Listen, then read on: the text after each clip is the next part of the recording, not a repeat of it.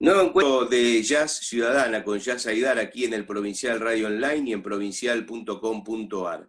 Venimos informando en estas últimas horas respecto a la liberación de Marcos Córdoba. Marcos Córdoba es el maquinista de la tragedia de Once, la tragedia más importante en materia ferroviaria que ha tenido la República Argentina. Y venimos informando más allá de la liberación que se dio en las últimas horas por algo que transcurrió hace aproximadamente un poquito más de una semana, cuando justamente se dio a conocer un informe que había sido publicado incluso de forma errónea respecto a los dichos en una entrevista de características psicológicas que había tenido justamente hasta ese momento el detenido con, digamos, las personas que llevan adelante justamente el apuntalamiento psicológico de alguien que está, como en ese momento estaba, por tener el arresto domiciliario o el arresto o la liberación total, depende del caso. Bueno, a partir de allí se ha conformado una importante polémica de la cual hicimos mención. Por eso hoy estamos invitando a la doctora Valeria Corbacho, que es la abogada defensora justamente de Córdoba, que nos va un poquito a introducir en esta historia, pero particularmente descubrir cuál es la verdad en torno a este tema. Por supuesto, con Jazz Aidar, en su rol de ciudadana, que tendrá su visión, como siempre, de lo que todo el mundo se pregunta respecto a esta causa. Bienvenida, doctora Valeria Corbacho, ¿cómo le va? Gracias por acompañarnos. Bueno, muchas gracias. Hola, ¿cómo estás, Marcelo? Hola, Jazz, ¿cómo ¿Qué estás? tal? ¿Cómo estás? Bueno, ya es un tema sin duda que se ha Sí, transformado en yo una creo, discusión a nivel nacional respecto del posicionamiento que uno toma en relación a este hecho, por supuesto, pero particularmente al rol del maquinista, ¿no? Que ha sido de alguna manera presentado como el autor de toda esta tragedia, cuando en es- realidad e- hay otras personas esa, detrás, ¿no? esa es la parte más difícil. Yo la conozco a Valeria en lo personal, en su carrera y como profesional. Y a veces una de las cosas que más molesta cuando alguien se maneja con el profesionalismo que tiene la doctora Corbacho es que del otro lado no todo puede valer, porque una de las cosas más importantes que hay dentro de lo que pasó en la tragedia del 11 tiene que ver con la manipulación que se hizo y con tomar un chivo expiatorio para poder tapar algo que ya se sabía que estaba en malas condiciones y que esta tragedia iba a pasar. Entonces, una cosa es defender a alguien que involuntariamente, en algo culposo y no doloso, no pudo evitar porque su responsabilidad estaba excedida por el desastre en el que se encontraba todo el sistema ferroviario, porque acuérdense que a partir de ahí hubo un antes y un después con lo que fue cambiar y fue también la caída, el principio de la caída del kirchnerismo. La tragedia de Once marcó un antes y un después.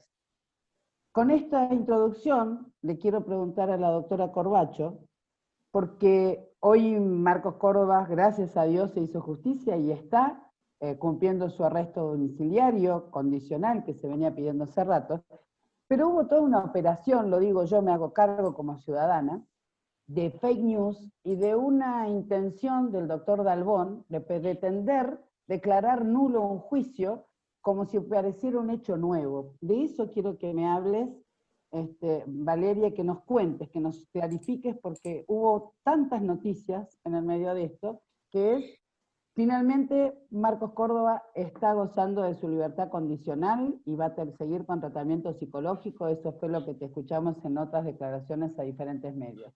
Ahora contanos cómo fue esto y en qué quedó el tema con Dalbón y con la denuncia que hiciste, porque se filtró esa entrevista que realmente era con un asistente social, ¿no? Sí, a ver, correcto. Brevemente quiero Por hacer favor. algunas precisiones. Marcos Córdoba en el día de ayer obtuvo su libertad condicional. ¿Esto qué significa? Que él no está en arresto domiciliario, que esa es otro estadio procesal, digamos, es otro tipo de beneficio legal que establece el orden jurídico. Marcos Córdoba cumplió las 2/3 partes de su condena, con lo cual obtuvo la libertad condicional. Esto implica que él puede realizar, como cualquier ciudadano,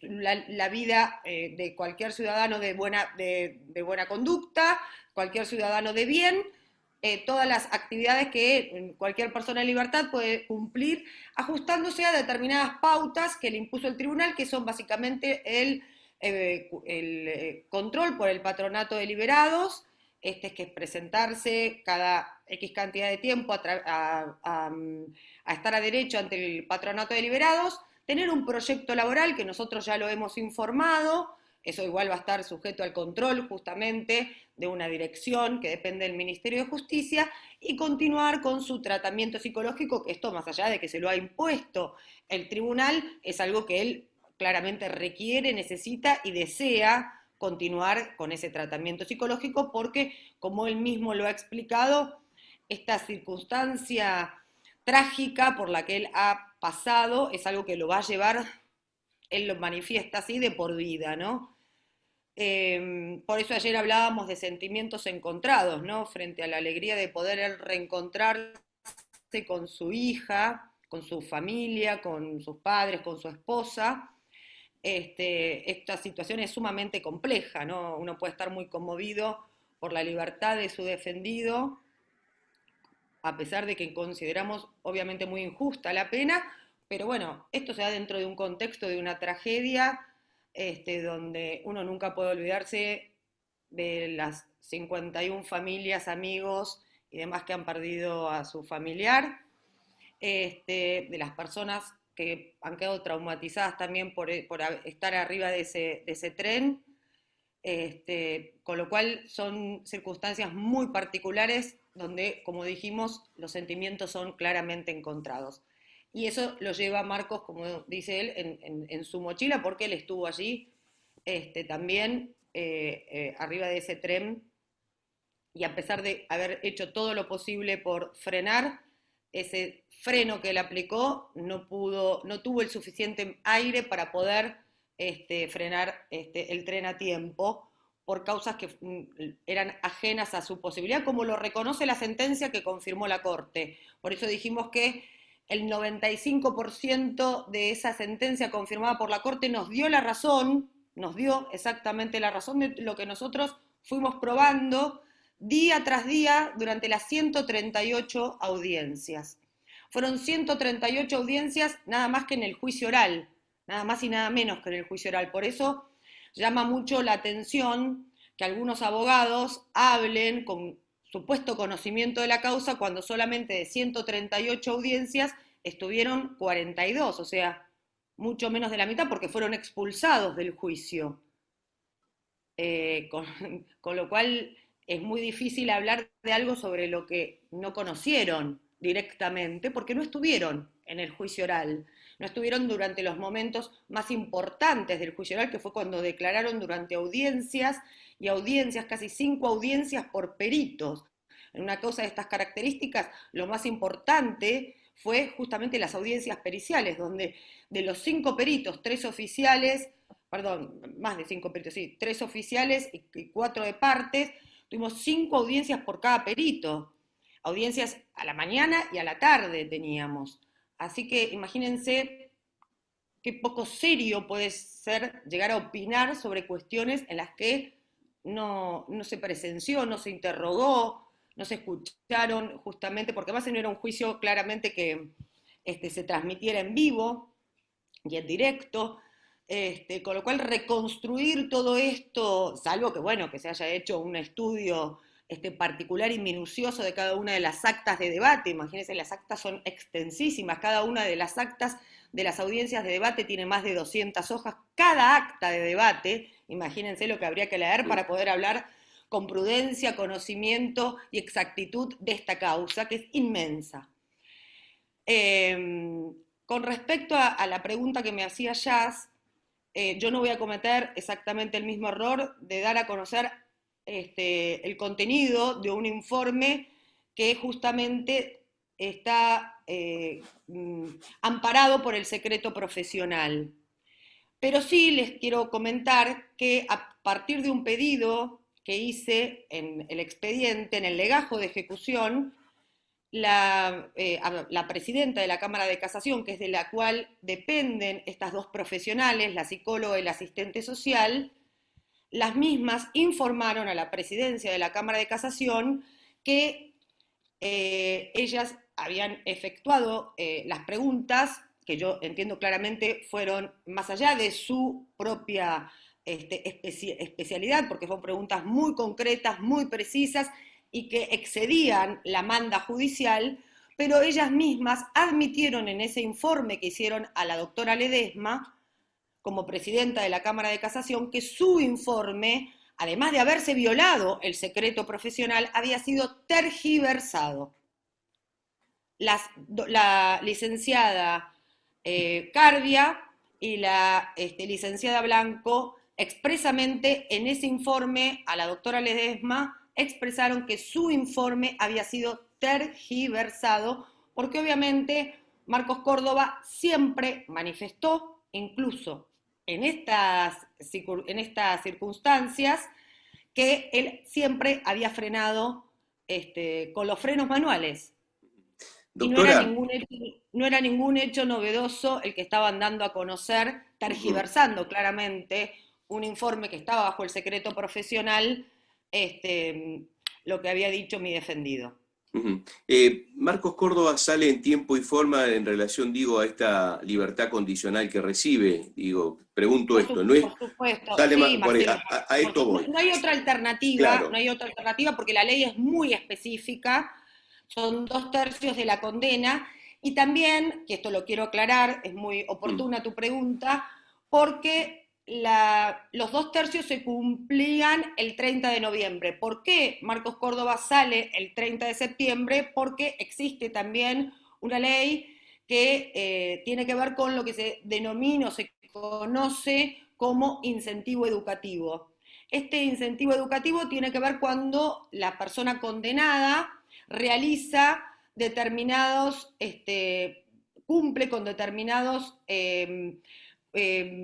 formación profesional, tienen que ser cursos de formación profesional que involucran determinadas horas de estudio y determinados requisitos, no es cualquier curso de formación, no es cualquier cantidad de horarios de estudio, sino determinados requisitos que el servicio penitenciario, luego de una cantidad de evaluaciones, estima que está en condiciones de acceder a ese beneficio, y así lo informan al juez de la ejecución, luego de un exhaustivo análisis. Además de ello, no solamente alcanza con haber realizado ese curso, o varios cursos de formación profesional, sino que además tiene que haber cumplido con la totalidad de los reglamentos carcelarios y tener una conducta que supere determinado estándar y un concepto que también supere determinado estándar. En el caso de Marcos Córdoba, haya cumplimentado, superando obviamente los estándares mínimos que requiere la ley, y tenía conducta ejemplar y concepto también ejemplar. Claro. Tenía conducta 10 ejemplar y concepto también ejemplar.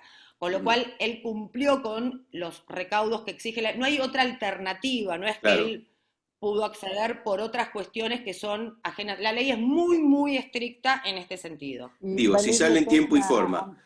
Perdón, ya hace un segundito, porque va un poco en lo que decía. Si sale en tiempo y forma, si sale en lo que establece la ley, unos días antes, unos meses antes, a partir de esto que está contando. Establecido por ley. Exactamente. Pues no es que sale o salió en estas últimas horas porque hubo, digamos, una acción de la defensa que permite que salga antes de tiempo. No. Bueno, si sale como corresponde en tiempo y forma. No podría haber existido eso, claro, nunca. Está bien, pero ¿por qué se da esta situación? Digo, insisto, si ustedes hacen una estrategia para que el detenido salga antes, el abogado de la otra parte puede hacer una acción para evitar que eso ocurra. Pero Por esto es, supuesto, y además no, pero todo esto es esto fue imposible porque controlado. sale en tiempo y forma. ¿Por qué Sí, se da además esta todo esto acción? fue controlado, Marcelo, además esto está todo documentado, Ujú. fue controlado por la Fiscalía, que en el caso de Marcos Córdoba, vale decirlo, traigo a cuento esto, porque vuelvo a decir, es muy válido lo que estás preguntando, la Fiscalía, la doctora García Padín, solicitó absolutamente que se cumplan con todos los recaudos. Es más, yo tengo bastante experiencia, considero que tengo bastante experiencia en esto. Solicitó, más allá de lo que habitualmente uno está acostumbrado a ver en legajos de condenados y demás, se le solicitaron todo y demás de lo que se le solicita habitualmente para que Marcos Córdoba lo cumpla, y lo cumplió. O sea, esto fue controlado por la Fiscalía de Ejecución, y además se le corrió vista en virtud de la ley de víctimas, a una de las querellas, que justamente viene a cuento, es la que cuestionó o la que dio a conocer cuestiones vinculadas al secreto profesional de la psicóloga y la asistente social. Con lo cual, si hubiese habido alguna cuestión que estaba fuera de la ley, tendría que haber interpuesto los recursos que consideraba. De hecho, ni siquiera se opuso a la libertad condicional. Así como, por ejemplo, cuando yo he pedido que se lo beneficie con una detención domiciliaria por cuestiones que consideraba absolutamente fundadas desde el punto de vista de la opinión de esta defensa, vinculadas a la cuestión de su hija, cuando he solicitado que, porque estaba también dentro de los términos de la ley, que se lo beneficie con las salidas transitorias, le fueron negadas, porque a Marcos Córdoba, por ejemplo, no tuvo el beneficio, como tienen otros imputados, de gozar de salidas transitorias. A él Bueno, no se le porque concedieron las salidas transitorias como sí se le conceden a muchos otros imputados. Tampoco se le concedieron el arresto, la detención domiciliaria como sí se le concedieron a otros imputados en esta misma causa. Pero a Marcos Córdoba no se le concedió. ayer, Valeria, en la publicación hay una parte que, no sé, correginos si es textual, donde la Cámara de Casación dice que Marcos Córdoba, como trabajador, fue utilizado vilmente por los poderosos. Y tal vez, por eso digo yo, desde este espacio, lo que creo, y es lo que se pregunta mucha gente, y por eso tuvo inclusive cuando toda esta operación, porque yo lo llamo así, los que estamos en los medios sabemos cuando algo se lanza para ver qué pasa, se sabía que era inminente la salida, por lo mismo que vos decís, porque estaba a derecho, estaba en la ley, que él pudiera salir con su libertad condicional. El último bastión que quedaba para intentar artimañas que se tejieron desde el inicio de esta causa, era declarar nulo con un hecho nuevo. Esto no fue circunstancial lo que sucedió. Hubo una mano que quiso torcer algo porque era lo último, porque si nosotros vemos lo que está sucediendo hoy políticamente, esta tragedia, y si esto hubiera podido ser y hubieran logrado lo que gracias a Dios no lograron, que era meter la posibilidad de nulidad, era para que esto que enlutó al país, que las familias perdieron a sus seres queridos de una manera que hubiera sido posible de evitar, sería otro la mirada política sobre el actual gobierno, que es casualmente el mismo que estuvo en ese momento. Este es el análisis que hace la gente, porque no se puede tomar a la gente a la ligera. La gente lee los medios. La madre, María Luján Rey, fue la primera en salir a decir que no era un hecho nuevo, que lo que estaban haciendo con Marcos Córdoba cuando se filtró eso era una barbaridad. Entonces, a mí me parece que lo más importante que me interesa saber de esto es, Marcos Córdoba finalmente tiene lo que merece, que es su libertad condicional, va a cargar sobre sus espaldas, de ahí por siempre la responsabilidad que él siente como ser humano, esta sensación que tiene de haber estado en un momento y no haber podido hecho más, porque todo el sistema no le permitió hacerlo. Ahora, ¿Cómo sigue con estos movimientos que hubo? Vos presentaste una denuncia en ese momento por lo que se había filtrado, porque él va a cumplir con los requisitos que demanda el servicio penitenciario, con la psicóloga. Ojalá él tenga una buena vida, se la merece como toda persona que no tuvo culpa absolutamente en esto. Y siempre respetando el dolor de las víctimas, porque eso es irrecuperable y no es cuestionable. Pero ¿cómo sigue lo otro? ¿Cómo sigue esto que se quiso hacer y manipular y que trajo mucho dolor no solamente a Marcos Córdoba, a toda la gente que volvió a revivir, que querían agarrar a un chivo expiatorio para que a lo mejor salieran aquellos que tienen que seguir estando donde están? ¿Cómo sigue? Bueno, a ver, Jazz, yo creo que ese tipo de maniobras, estamos, yo no estoy diciendo con esto que la voy a soslayar, yo hice la denuncia, y son habituales de parte, o sea, en esta causa fueron sistemáticas los intentos de desvío de la investigación, a partir de poner en cabeza de Marcos Córdoba la responsabilidad exclusiva del accidente, de la tragedia. Primero, a Marcos Córdoba se intentó por todos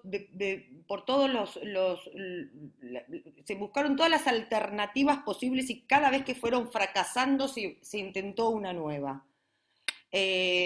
Cada una más burda que la otra. Que fue al corso, que estaba hablando por teléfono, que tenía epilepsia, que estaba dormido, que iba otra persona en la cabina, que estaba borracho, que, bueno, una detrás de otra fueron las alternativas que se fueron tramando para desviar, fueron todos desvíos que se intentaron para desligar la responsabilidad de los verdaderos responsables de la tragedia. Cuando se produce el accidente, porque sabían, ellos saben, inmediatamente saben que el tren ingresó a 26 kilómetros por hora al andén, porque ya venía frenando con el freno manual 1300 metros antes y que frena con el freno de emergencia antes de ingresar al andén 100 metros antes, y que el tren baja de 26 kilómetros a 20 con el poco aire que tenía, porque ellos ya sabían que esos compresores no funcionaban, porque 7 días antes, Roque Sirigliano lo admite en un mail que presenté, yo se lo presenté al perito de Schiavi en el juicio. Por eso digo que hay mucha gente que no, como no estuvo en el juicio, no lo sabe No y habla. opinar. Seguramente, a ver, yo estoy hablando de manera impersonal, estoy hablando en general, ¿no? Esto, al que le ponga el sallo que se lo ponga, a ver, al que le quepa el sallo que se lo ponga, ¿no? Seguramente muchos hablan, los que hablan así serán la voz de los que le pagan, qué sé yo, no sé. Pero a lo que voy yo es que ellos ya sabían que esos compresores no funcionaban y lo reconoce el propio jefe de material rodante en un mail, vuelvo a decir que se lo mostré al perito de Schiavi en la audiencia, en el juicio oral, adelante, está filmado, está grabado en el juicio. A ver, no sabía qué contestar el ingeniero cuando vio el mail. Y también sabían inmediatamente que se produjo el accidente que ese tren no tenía de movida 2 compresores, y toda la discusión ellos la trataron de instalar diciendo que el tren podía funcionar perfectamente con menos compresores. O sea, los japoneses lo armaron con un compresor por coche porque se les ocurrió, porque los japoneses, a ver, se les ocurre ponerle un compresor por coche porque sí, porque les gusta gastar plata, por lo que sea. Pero además, yo no es que probé que había un mantenimiento diferido en la flota del tren Sarmiento. Yo probé que el Chapa 16 tenía mantenimiento diferido el 22 de febrero de 2012. Eso es lo que probé. La diferencia de lo que ocurrió en el juicio del APA. O sea, que el tren que el avión del APA no tuviera tal vez en condiciones los salvavidas, cuando, a ver, el avión no cayó en el medio del Río de la Plata, bueno, no fue una condición sine qua non, no fue una condición, no hubo relación causal entre esa deficiencia y el hecho propiamente. Pero en este caso sí se probó que el accidente tuvo relación directa con el mantenimiento diferido que poseía el Chapa 16 al momento del hecho. Es más, presenté los partes diarios que demostraban que estos coches tenían fugas, lo tengo acá adelante mío, se los puedo mostrar. Estos son los mails, leí más de 5.000 mails de los propios funcionarios condenados de TVA, Esa es la donde pregunta, reconocían Valeria. justamente que los coches que integraban la formación del Chapa 16, miren 2 minutos les digo, la formación que está siendo entregada hoy, después de hacer un recorrido de prueba, es la 19. Esta formación tiene el híbrido con compresor nuevo DMD. La formación 9 tiene coches que tienen pérdidas en el techo, para lo cual hay que modificar coche por coche. Cuando Enfer las reparó, pusieron mangueras en lugar de caños. Eso trajo exceso de trabajo de los compresores. La alternativa son romper los techos o pasar cañerías a la vista. Están trabajando en eso, por supuesto, eso no se hizo. Esto es un mail del 30 de enero. Uno de los coches fundamentales de esta formación 9, que fue justamente el coche 2171, ¿dónde fue a parar el 22 de febrero? Al Chapa 16. Porque el Chapa 16 lo armaron con coches de distintas formaciones. Bueno, así como hice esta investigación de dónde vinieron cada coche y qué tenía cada coche, lo expliqué en el juicio, cómo estaban armados, qué era lo que le faltaba y qué tenía. Perdía aire por todos lados, era un globo pinchado. O sea que realmente lo Por que eso estamos cuando Marcos hablando puso el freno, o sea, no gastó funcionó. todo el aire a lo largo del recorrido, y cuando llegó a 11 se quedó sin aire. Sin aire. Ahora, Valeria, la Y lo pregunta último es, que te digo, Jazz, sí, y lo último que te digo, ¿cuál fue el problema grave, Marcelo y Jazz? Que esto pasó en una estación terminal. esa es la pregunta. Si esto hubiese pasado en Caballito, la historia hubiese sido Sería totalmente otro. distinta. Hubiese seguido de largo y no pasaba nada. Y seguramente, ¿saben qué? Como dijiste vos, Jazz, la historia tal vez de nuestro país en el 2015 hubiese sido distinta. Es que esa es la pregunta. Hoy, los que fueron imputados, los que fueron procesados y finalmente detenidos, Julio De Vido, Schiavi, son los más visibles. ¿Quiénes otros están por esta causa y cuál es la condena? ¿Perdón? ¿Quiénes otros, además de Julio De Vido y de Schiavi, están en prisión y cuál es el tiempo de condena que tienen? Julio De Vido no, el exministro no estuvo en este juicio concretamente, sino que él fue juzgado en otro juicio, en un segundo juicio. Sí. En este juicio fueron juzgados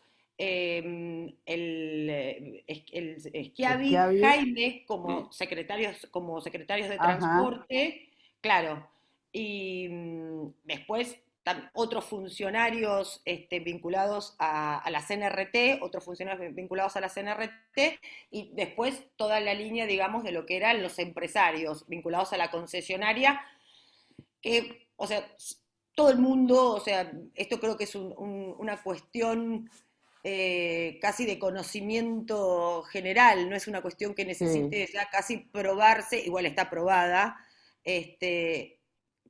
puede decirse sin temor a equivocarse que TVA fue de las peores concesiones de la Argentina. Valeria, queda un minutito nada más nos queda de tiempo. Una última pregunta de mi parte, más allá de que conforme usted una parte de la investigación, ya que es abogada de uno de los involucrados. Se nombró la cantidad de detenidos que hay, las personas que están, los cargos que tienen o no tenían y demás. ¿Son los que tienen que estar o estuvieron detenidos, porque algunos ya no lo están, o debiera haber más personas, o debieran haber habido más personas involucradas en esta investigación? Yo, a ver, yo no soy fiscal, no es mi tarea eh, instar la acción fiscal. Sí tuve que hacer un trabajo que excede tal vez el de una defensa por la posición vil que asumieron la totalidad de las personas acusadas, que fue tener como única estrategia defenderse acusando al trabajador, a la persona que conducía, con lo cual... Al eslabón más débil. Exactamente, sin asumir muchas veces la responsabilidad funcional que tenían cada uno de ellos. O sea, esta es la realidad. Está claro. O sea, porque asumieron esa vil estrategia. No hubo otra, no tuvieron una sola estrategia distinta que la de... Que, además, a ver, convengamos que también desde el punto de vista político también ocurrió algo muy significativo. El hecho político significativo tiene que ver con que, ni bien ocurrido el accidente, ¿qué se hizo desde el poder político? Desde el poder político, desde el Ejecutivo, se rescindió la concesión de TVA, pero no se sacaron del servicio los trenes. Porque sacar del servicio los trenes, ¿qué implicaba? Implicaba el reconocimiento directo e inmediato de la responsabilidad de la tragedia por parte del Estado Nacional.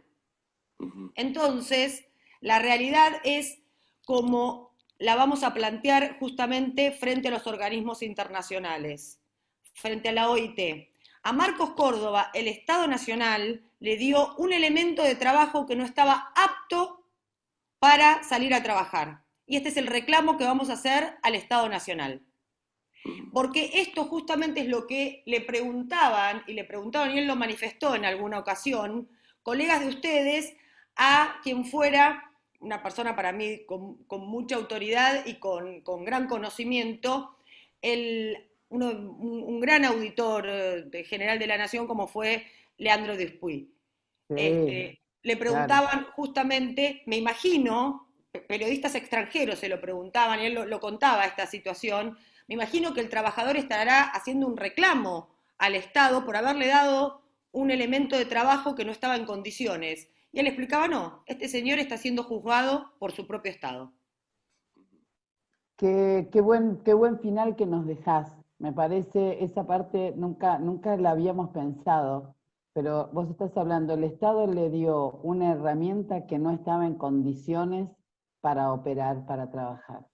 Y encima es juzgado por eso. Es un título, ¿eh? Y no hay medio nacional que haya, tal vez por desconocimiento, porque uno piensa, por eso te preguntaba, ¿cómo termina esto? Esta parte terminó y culminó ahora con la salida de Marcos Córdoba y su libertad condicional y tratar de reencauzar y rehacer su vida como pueda. Ahora sigue la otra parte, donde vas a litigar contra el Estado Nacional y lo vas a llevar ante los organismos de derechos internacionales. Así es. Muy bien. O sea que vamos a seguir en contacto, ¿vale? Para que nos tengas al tanto. Muchísimas gracias por la nota. Además está decir mi admiración es personal y profesional. Y te agradecemos tu tiempo acá y la lucha que has dado para que esto se sepa. Gracias. Bueno, gracias, Valeria. Muy amable. Es un gusto enorme. Que estés bien, Marcelo, que estés bien, Jazz. Gracias.